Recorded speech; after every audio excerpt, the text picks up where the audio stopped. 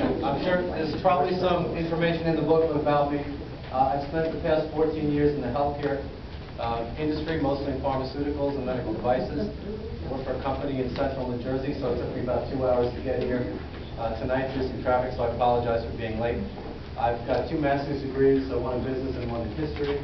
And really my main reason for entering the political field is not out of personal aggrandizement or personal interest. It's more because I'm extremely concerned about the direction our country is heading. So much so that I'm spending any free time that I have, and it isn't much, coming to places like this to speak to concerned citizens like you. We're at a point in our country's history, it really is a turning point, and that's really the main reason why I'm entering into this field. Okay, good. We'll take some questions from this side. These are the same four questions. Sure. That everyone knows. Talk straight, be straight. Yeah. Fantastic. Like some other candidates who've come here, you are going up against a well-funded, entrenched person in Congress. What makes you think you can win? Well, I think we're at very unique times. Scott Brown showed in Massachusetts that long odds can be beaten in these times. People are very unhappy with the high levels of unemployment. They're very unhappy with government policies, particularly in the Congress. And so, look at what happened in New Jersey with the governor there. In Virginia, governor lost there, and especially senator from Massachusetts. So I think the timing is perfect to, there's going to be a big anti-incumbency move in this country. And as far as funding is concerned, a lot of these candidates have shown that you don't need to be even with the money. In fact, many of them were 4 or 5 times less money. So I don't think money is a real issue here. People are very unhappy. What is your position on the various immigration problems facing the country? Well, I agree with what Christina said before. First of all, we have to have a strong border. That's the most important thing. Obviously, there's a lot of issues on our border. Look at Ciudad Juarez, 5,000 people have died there.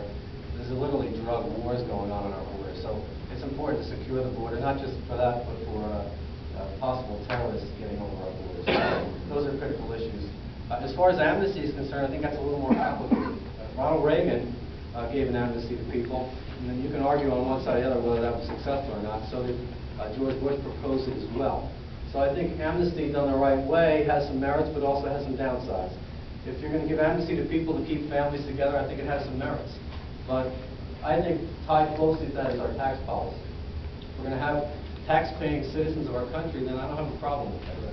What I have a problem with is if we're going to add 10 million people who are not contributing and not paying taxes. But that's a bigger issue than just illegal immigrants. That goes for the 42% of America right now who don't pay taxes. So it's really intertwined with our tax policy. So I don't think there's a simple answer on that. What is your approach to the economy, and how would you deal with some of the massive debt, the unchecked spending, and job creation? Well, first of all, job creation is the reason why I'm here tonight. I work in private industry. I've never worked for the government. I've never run for office. I get phone calls every day from friends and family who are looking for jobs who are desperate. My father worked his whole career for big business in the 80s, and he got laid off 3 or 4 times. I have 4 brothers and sisters, so I know what that feels like to have a father and how to work. It's not a pleasant thing to go through. It's hard on families right now. That's the number 1 reason why I'm running. I know we need to cut taxes, corporate taxes. Ours is the 2nd highest in the world. That's ridiculous. We consider ourselves a capitalist economy, and yet only Japan has higher taxes. So we need to cut those immediately. That's a surefire way to spur growth in the private economy. Everybody knows it, and yet Washington's not doing anything about it. The other thing is to cut personal income taxes. The consumer is the main driver of this economy. 70% of our economy is through consumers.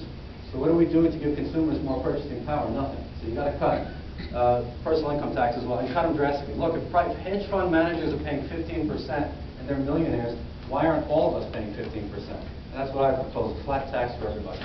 Yeah. Now, last one, what is your position on abortion? I am pro-life, with no exceptions. I think that leads to a slippery slope. That's where we are today, because of exceptions and because of poor policies. I think it should be given back to the states, and let's fight it on a states' rights level so we can chip away at a bad law.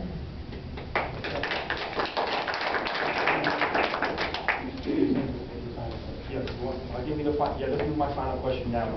And then Christy and yeah, we'll bring them both up. Right. All right. As I've been asking everyone else, Rally for America just endorsed. They've endorsed me for the 17th Congressional District. I want you to tell the folks here why should Rally for America give you their endorsement. Well, first off, I thank every one of you in this room because you're part of the reason why I decided to run. Looking at all the Tea Party moves across the country, it's inspiring to people who are kind of sitting on the sidelines. You know, all of us vote, most of us vote, and that's the way we express our either pleasure or displeasure with the way things are run in the country. But I think it's people like you who are inspiring people to actually get involved in the political process. So really, I have to owe a lot of why I'm here to you.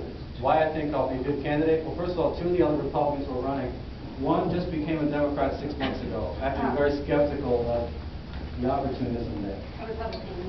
Yeah, right. I've been a lifelong Republican. I have never voted for any of these Democrats who were free-spending liberals. So I can tell you that's where I stood all along. I'm from Westchester. I've lived in New Rochelle, been there most of my life. So I'm concerned about our district, so I'm from our district.